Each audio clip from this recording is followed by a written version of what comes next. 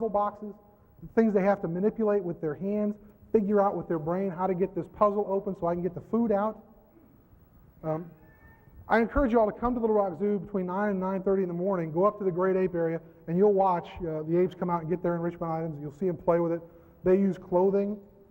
They use boxes. You know, they can communicate with us using American Sign Language.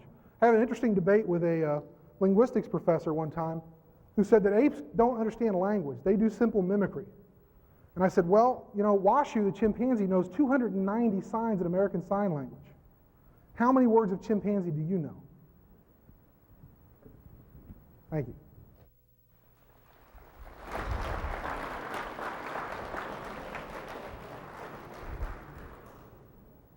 All right, let's see. If we evolved from apes, why do we have a conscious and know what is right and wrong, and apes do not? I think it is fascinating to study the apes. The apes are very complex creatures, and I'm thrilled for those who take time to study them and try to protect them and things like that. I'm certainly not in favor of exterminating any species at all.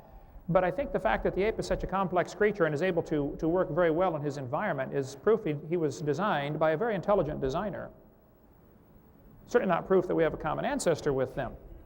Again, a freshman law student could take that one apart in a few seconds if it was on trial. But it's not, unfortunately. It needs to be. They keep putting creation on trial. You know, should it be taught in the schools? Well, let's put evolution on trial. Where's the evidence for this theory? Okay, so I have no other response other than I agree they're very complex creatures, but I think it's evidence of design. It's not evidence of a common ancestor. There's two questions on one, Dr. Hartman, if you don't mind. Apparently one of your students, because they signed their name, you said they get credit or something. What is your definition of kind? I would say the same kind of animal are those that were probably originally able to reproduce. In the original created kind, they were able to reproduce, and they may have diversified now because of all sorts of factors, that now they're no longer able to reproduce, but they're probably still recognizable as the same kind, as having descended from an animal that was able to reproduce. Second question on the same card, so your student gets 2 points, I guess. Why can't you believe evolution and creation? Can you prove there's a God? Well, I guess you'd have to go back to what is the definition of evolution. If you mean animals produce a totally different kind, well, there's no evidence for that. If you mean can animals produce varieties, well, certainly I believe that. So you'd have to define the word evolution before I could answer that question.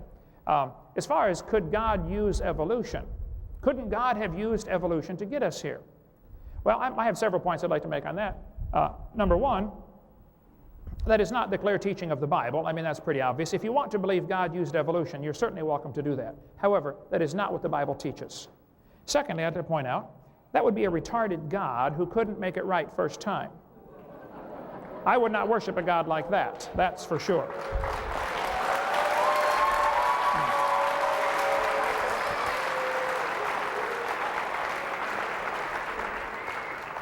My personal unbiased opinion is that people who believe in theistic evolution are trying to find a nice little God that they can put in a box someplace and control him because they don't want him controlling their lifestyle. That's my personal opinion. Thirdly, it's not in the character of my God to use misfits, suffering, and death like evolution calls for. Evolution calls for blind chance, randomness, nobody knows what's going on, let's just toss it out and see what happens. That's not in the character of the God that I worship. Fourthly, it nullifies the need for the death of Christ. If there was already death here in the world, if creation is true, then man brought death into the world, and death is a terrible thing. If evolution is true, death brought man into the world, and death is a wonderful thing because that's how we get ahead.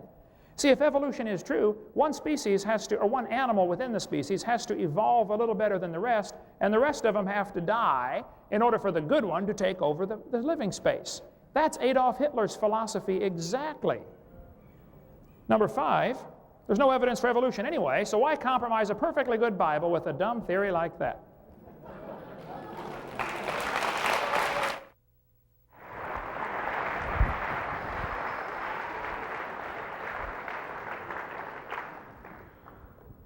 I was asked earlier to define macroevolution. Macroevolution is simply an accumulation of microevolutionary change over time such that you no longer get two species who are capable of mating naturally and producing fertile offspring. That's what Dr. Hovind just said happened. You have animals branching out until they're no longer able to reproduce. That's macroevolution, and I'd like the 250,000 in small bills delivered to my office. I mean, that's it, folks. That's our definition of macroevolution. It's the definition that's in all the science textbooks. That's macroevolution in a nutshell. You get enough accumulated microevolutionary changes until you can't have two species mating and producing the same kind of animal anymore. That's it. In fact, I put the chart up there and I explained it to you. That's what it is. Why can't you believe evolution and creationism? I don't see why you can't. I don't think that if you're a theistic evolutionist or whatever term you want to call them, that you're necessarily putting God in a box, trying to control God. I think it's people that are trying to figure out a way that they can merge their faith, their belief, their notion of spirituality with what their eyes and their mind tells them, what we observe about the natural order of the world. You know, there has to be a way. If I believe, and I'm using the I rhetorically, if I believe there's a God, but I also understand that evolution is the way things work, then I'm going to try and put the two things together, and I don't think they have to be mutually exclusive. Can you prove there is a God?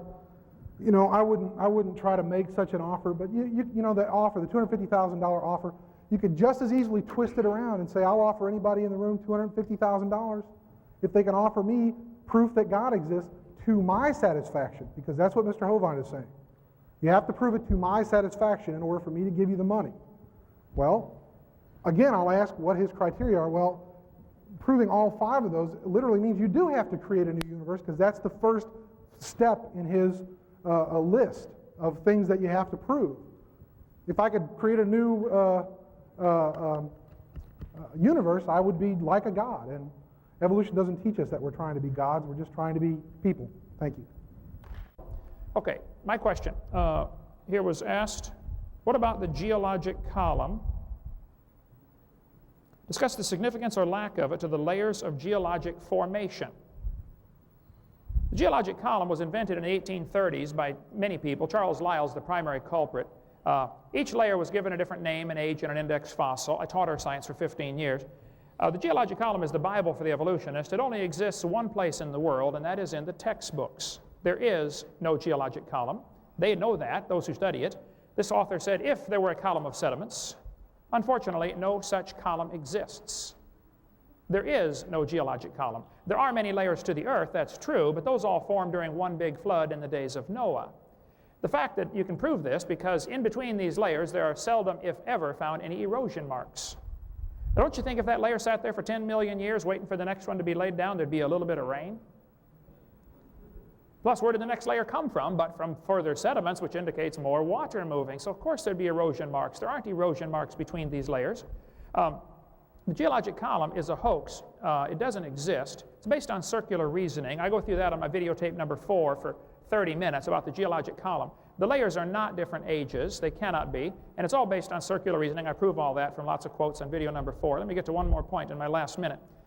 It's all dated by index fossils. Get up here. Oh, right here. No.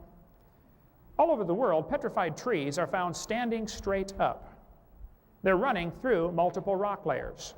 Now, these rock layers are dated at vastly different ages. They'll say this layer is 10 million years older than the one, above it, and yet we find petrified trees standing up in the vertical position. Sometimes petrified trees are upside down, running through many rock layers. Those rock layers all had to be laid down in a big flood. The tree didn't stand there for millions of years waiting for the mud to form around it. Mount St. Helens is producing the exact same phenomena right now from the thousands of trees that were blown into Spirit Lake back in 1980. They're being buried standing up. None of them grew there. And it's going to